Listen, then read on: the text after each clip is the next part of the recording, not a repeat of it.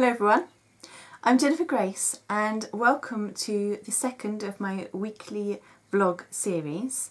This is a crafty vlog that I've started, that's a video blog, just to share with you the things that I've been showing on my blog during the week, all the projects that I've posted, to tell you a bit about what I've been doing behind the scenes during the week and also to give you a hint of the things that are yet to come. So I'm going to start by showing you the projects that I have posted during this week that's just gone. So first of all, I did a few different Easter projects. I don't normally craft a lot of Easter projects, but because I've been on Pinterest a lot this year, I keep seeing lots of different cool Easter projects in my Pinterest feed, especially lots and lots of decorative eggs. And I was inspired by a lot of those different things to do some Easter projects. And because I kept thinking, oh, I could do that with my Cricut Explore, I decided to use that a lot on my Easter projects. So the first thing that I posted this week was a bunny rabbit card. So this is just a cute shaped card that I cut out with the Explore, and then I added a little pom-pom tail and a paper bow to the bunny, and inside he just says "Happy Easter." So he's just a cute little shaped Easter card, which you could use as a baby card or something like that as well if you change the sentiment inside. So I'm going to post that through my friend's door this weekend. The next project that I made was some decorative eggs. So like I say, I saw quite a few different decorated eggs, and I decided to just do some using some Martha Stewart satin craft paints, which you can see I've got lots lined up on the shelf behind me here. And then I used my Cricut to cut out some vinyls to stick on them. So this is the pink one with a bunny rabbit image on it. Then there is a sort of aqua blue egg, which way up it goes, with stars on, just some white stars. And the last one is a grey egg with a black pattern on it. So I blew out the eggs and baked them in the oven, which makes them a little bit harder and tougher. They will still break if I drop them from a distance or step on them or something, but they've got a bit more strength in them, so hopefully they'll last a few years. And I'll be able to peel off the vinyls and put new ones on if I get fed up with those colours of vinyl or the patterns of vinyl. So hopefully they're going to stick around for a while and be my Easter decorations for a few years to come.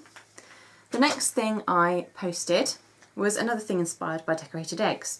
So like I said, I saw lots of different kinds. I saw glitter eggs and watercolour eggs, polka dot eggs, washi tape eggs, and I kept thinking those just look so cool, but I didn't have time to do all of those this year. So I translated that inspiration into a scrapbook layout that I made with my Explorer again.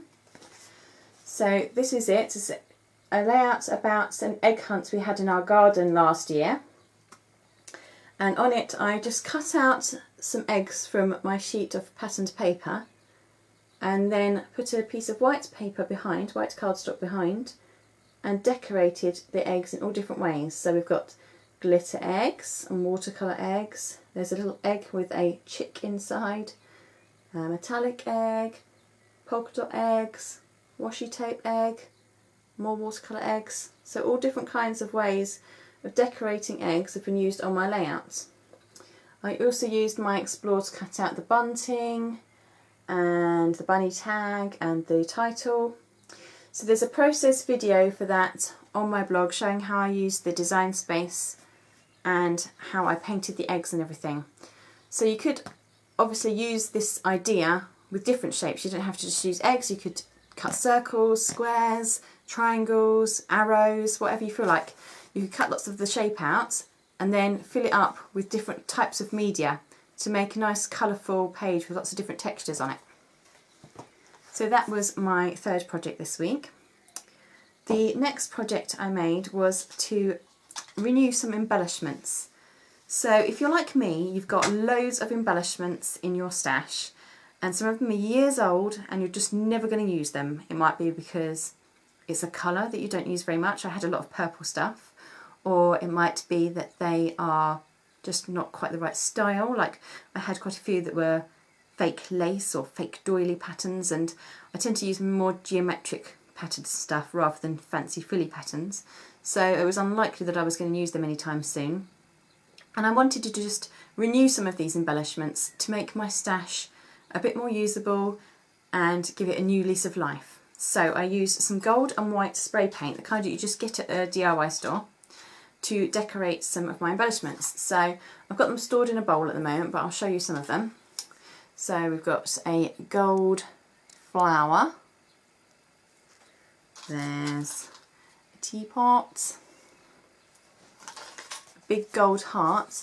This was red pattern before with like a doily on it, so that's been quite changed. We've got a gold frame, just a white flag.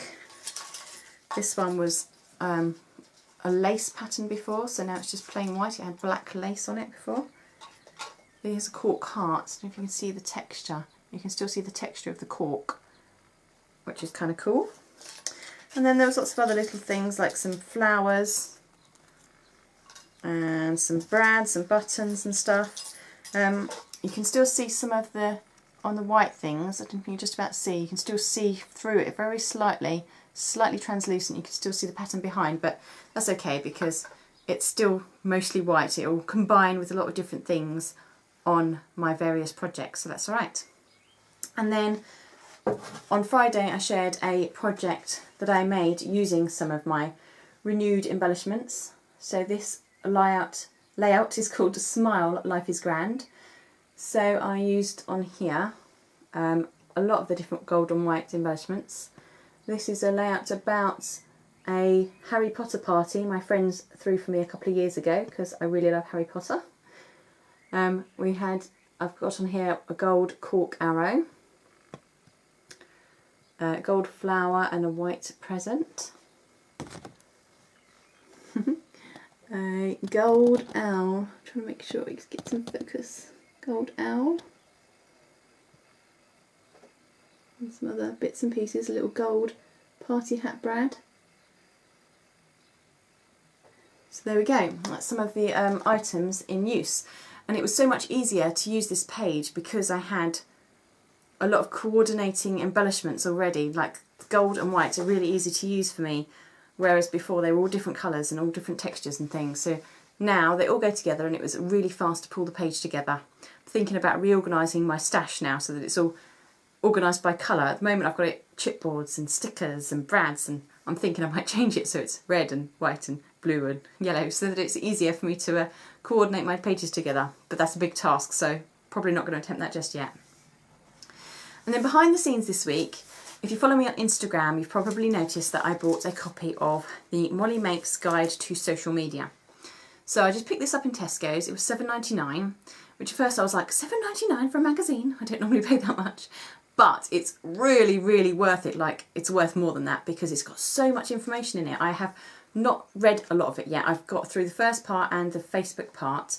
You can see I've been putting some sticky notes in here to remind me of what pages I'm on, and I've been making loads of notes in a notebook. It's so interesting. If you want to learn more about how social media works or how you can use it to grow your blog or your business, I really recommend this because I'm just finding it so interesting. Lots of things that I didn't know even though I've been using social media for a few years.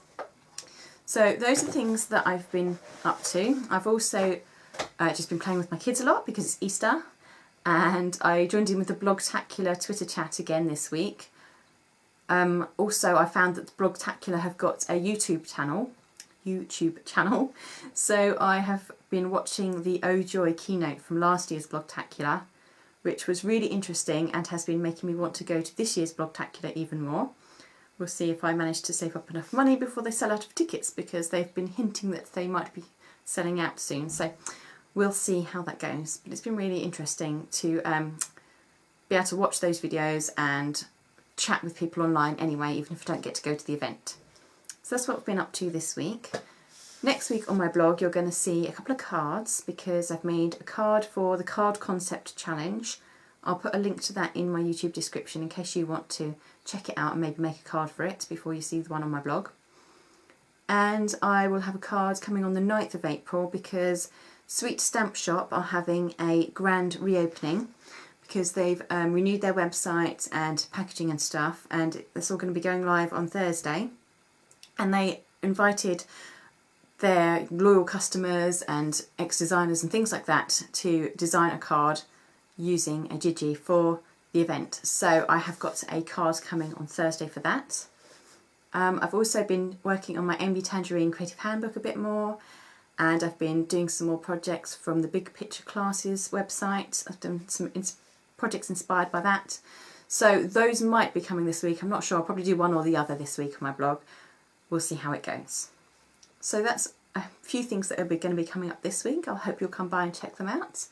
Thank you so much for watching my vlog. If you have any questions or you have any hints on what I should be doing better in my vlog, please do let me know in YouTube or by email or however you like to contact me. I really appreciate all your comments. It's great to hear them.